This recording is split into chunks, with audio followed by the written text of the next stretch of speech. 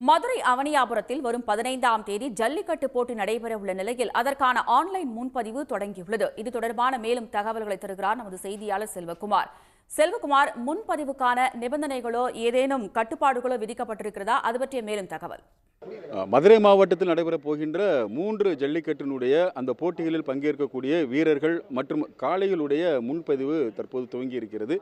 இந்த ஆண்டும் வழக்கம் போல ஆன்லைன் மூலமாகத்தான் இந்த முன்பதிவு நடைபெற இருக்கிறது. அதற்காக ஏற்கனவே மதுரை மாவட்ட நிர்வாகம் மதுரை டாட்னிக் என்கின்ற ஒரு ஆன்லைன் ஏற்கனவே அறிவிக்கப்பட்டிருக்கிறது. அதன் மூலம்தான் இன்று மாலை 5 மணிக்கு துவங்குகின்ற இந்த முன்பதிவு நாளை மாலை 5 மணி வரை அவர்களுக்கு நேரம் கொடுக்கப்பட்டிருக்கிறது. இந்த நேரத்தில் காளைகளுக்கு தனியாகவும் இந்த போட்டியில் கலந்து கொள்ளப் போகின்ற வீரர்களுக்கு தனியாகவும் இந்த முன்பதிவுகளுக்கான அந்த படிவங்கள் கொடுக்கப்பட்டிருக்கின்றன. முழுமையாக போட்டியில் பங்கேற்கக்கூடிய 3 ஜல்லிக்கட்டு, அதாவது அவனியாபுரம், பாலமேடு, அலங்காநல்லூர் என 3 போட்டிகளிலும் பங்கேற்கக்கூடிய இந்த ஜல்லிக்கட்டு காளைகளாகட்டும் அல்லது வீரர்களாகட்டும் இவர்களுக்கு முழுவதுமாகவே இந்த ஆன்லைன் மூலமாக தான் இந்த பதிவு நடைபெறப் போகிறது.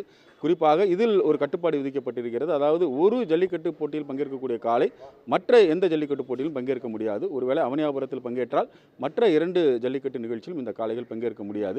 அதுபோக காளைகளுக்கென சில விதிமுறைகளை, அதை கட்டுப்பாடுகளை தெரிவித்திருக்கிறார். காளைகளுடைய வயது, காளைகளுடைய பிறப்பிடம், காளையுடைய பூர்வீகம், இது ஏற்கனவே எடுக்கப்பட்டிருக்கக்கூடிய அந்த கால்நடை மருத்துவ சான்று, காளையுடைய உயரம் உள்ளிட்டவை இந்த பதிவில் பதிவு செய்யுமாறு கேட்டுக்கொள்ளப்பட்டிருக்கிறார்கள். வீரர்களாக இருந்தால் அவர்களுடைய ஆதார் மற்றும் புகைப்பட அடையாள அட்டை, அப்புறம் மருத்துவ சான்றிதழ் உள்ளிட்டவையும் இந்த ஆன்லைன் பதிவில் அவர்கள் கொண்டு வந்து சேர்க்க வேண்டும் என்று தெரிவிக்கப்பட்டிருக்கிறது. இதற்காக மதுரை மாவட்டத்தில் இருக்கக்கூடிய ஜல்லிக்கட்டு மாடுபிடி வீரர்களும் காளை வளர்ப்பரும் ஆர்வமாக இந்த பதிவுகளை துவங்கி இருக்கிறார்கள்.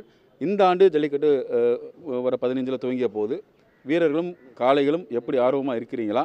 எப்படி உங்களுடைய மன ஓட்டம் எப்படி இருக்கு? வருடந்தோறும் இன்றைக்கி மிகப்பெரிய இந்த நாளை இந்த பதிவு அந்த இன்றைக்கி 5 மணிக்கு பதியக்கூடியது சோறு கூட எவனும் சாப்பிடலை.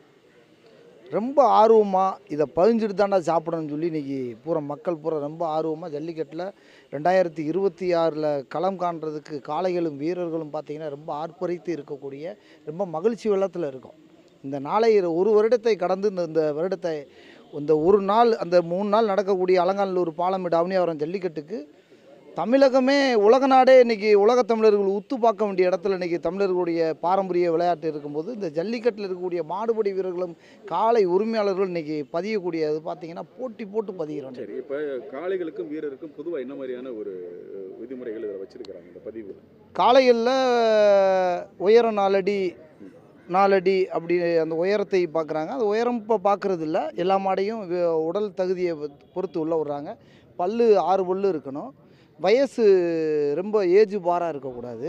அதுவும் வயசு 4 பல்லு இருந்துடக்கூடாது. குறைஞ்ச வயசு இருக்கக்கூடாது. அது தகுதியான வயசை மட்டும் மெச்சூரிட்டியாக அதை இது பண்ணுறாங்க. வீரர்களை பொறுத்தளவு வீரர்களுடைய ஹெல்த் சர்டிஃபிகேட்டு, அவங்களுடைய வயசு ஒரு 42 வயசு இந்த மாதிரி ரேங்கில், அதுவோ 22 வயசு உள்பட இதில் கிடையாது. 22 வயசுலேருந்து ஆளை இறக்கிறாங்க.